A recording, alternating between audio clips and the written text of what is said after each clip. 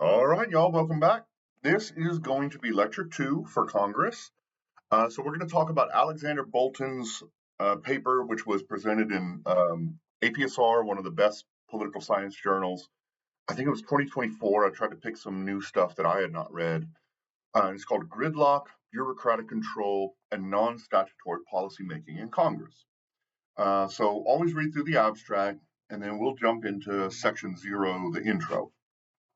So basically, Bolton says, due to the necessity of supermajorities in legislature that are needed to override executive branch actions, gridlock tends to undermine the separation of powers, right? Theoretically, as gridlock increases, the president and the executive branch and the bureaucracies should gain more power. Despite this, there tends to be what he calls playing along from the executive branch, especially when there's divided government, when you would expect them to sort of take things as far as they can. But what we tend to see is that the bureaucracies, sorry, I gotta clean my screen here. This is really annoying. The bureaucracies tend to play along, and they basically, listen to what the House and the Senate say. The presidents tend to reduce their number of executive actions under divided government. Bureaucracies tend to reduce their regulatory output during divided government. So, sort of, what explains this weird behavior by the executive and the bureaucracies is the research question. So, this paper basically focuses on non-statutory means of controlling the executive through reports, basically. So these are not laws, these are reports that come out from the appropriations committees through the House and the Senate, and their, quote, use of reports accompanying legislation to direct the activities of the executive. This allows the legislature to signal to the bureaucracies in the executive branch what they want their policy and implementation preferences to be when they do pass these sort of vague laws, right? And he says, quote, while not legally binding like statutes, these may nonetheless preserve congressional influence over executive actions in gridlocked legislative environments by acting as a parallel informal policymaking institution alongside the statutory texts. And then he goes on further and he says, all right, well, when are we most likely to see this happen, to see this sort of behind the scenes non-statutory control by the House and the Senate?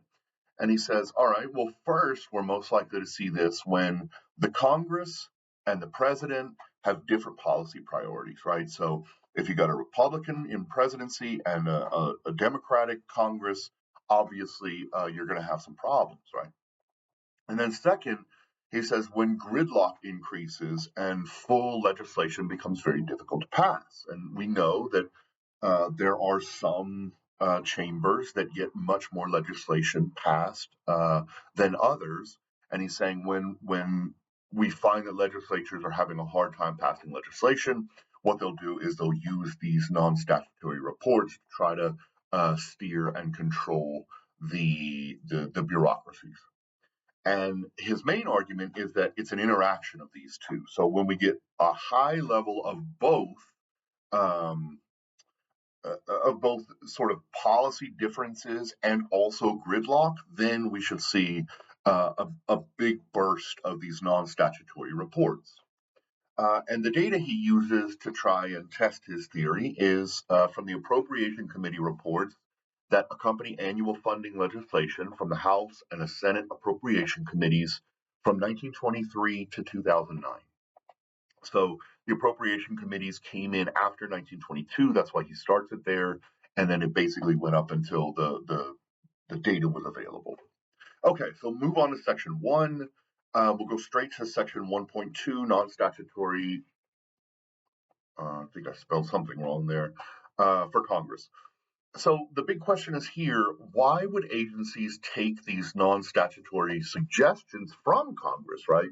Why would they even bother taking them into consideration if they can sort of control things because the legislature can't get things done? And he says, well, if you look at economics and sort of the idea of the repeated interaction game, the bureaucracies have a strong incentive not to piss off the House and the Senate, basically, because there are a lot of ways that the Congress can impose costs on the bureaucracies, like oversight hearings, firing of employees, burdensome document requests, and even just like public denunciation of agencies and their staff, right? So we see the Republicans doing that with like the what would you call it, the education department, the FBI, the Justice Department, etc. And these can be embarrassing for the bureaucrats. Okay, section two, non-statutory control in previous work. Um, Basically, just here it's a review of the literature, and they're saying that most former literature has a focus on sort of institutional oversight, like hearings and investigations, but there hasn't been much look at these statutory reports. Okay, section three, non-statutory control and appropriations. What is it in the reports that is being discussed? So, he says, I collected all this data, but we should at least know what's in these reports, right? And he says, generally, they're suggestions about a whole plethora of different things. So you've got instructions on how to spend, right? Where the money should go that they're appropriating, instructions on how to implement particular policies, setting agency priorities and saying this is more important than these other things. So we want to see movement on that first. Reporting requirements, how do they report and how often? Notification requirements concerning any changes that they will make to policy in the future, providing deadlines for reports and studies, etc. Okay, so section four, data in research design. This is where he sort of gets into the nitty gritty of how he tested his argument. Again, this is Appropriations Committee reports from the House and the Senate from 1923 to 2019. There are two main dependent variables, right? So the report of the length of uh, the number of words in the report, right? Um, and he says that you should see more words as there's more gridlock, etc. And then second, the measures of policymaking directives and constraints. And he what he does is he takes three different data points and basically smashes them together. It's called a factor analysis. And the three data points are reporting requirements and deadlines and prior notification mandates.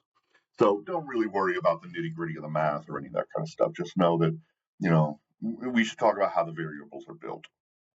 Okay, then we'll move on to the independent variables. These are the main things that we want to know are having an effect on the dependent variables, right? So interbranch agency problems is measured in a couple different ways. He uses just basically dichotomous variable, right? It's a one if they share the same, if the presidency and the legislature are the same, it's a zero if not. And then he uses a more sort of intricate measure called DW nominate.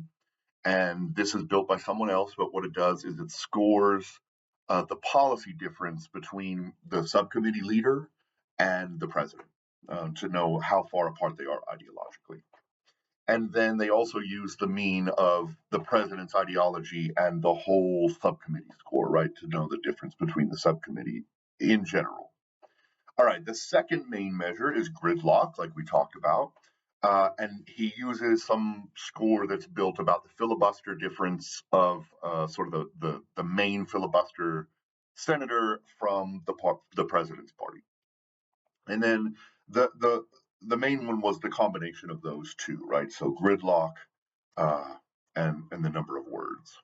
Okay, and then there's some control variables, right? He says there's some of these things out there that could be influencing these reports. And he says we need to control for those. So the first is the subcommittee chair pairs. The second is time, and he uses a global trend and a committee chair specific trend to account for secularization over time, right? So the country has become less religious from 1923 to 2019, so we have to control for that. The value of the budget being passed, whether there's an even split between the Democrats and the Republicans, and then finally who controls the chamber. And then he uses what's called an OLS model, or an ordinary least squares. If you get to graduate school and learn your statistics, you can worry about that, but don't worry about that. And then finally, the last section, the results. He does find that the interaction between gridlock and interbranch division is highly significant, right? You see all those stars on the reports. We also find that interbranch division is significant across time, but gridlock isn't. I found that kind of interesting.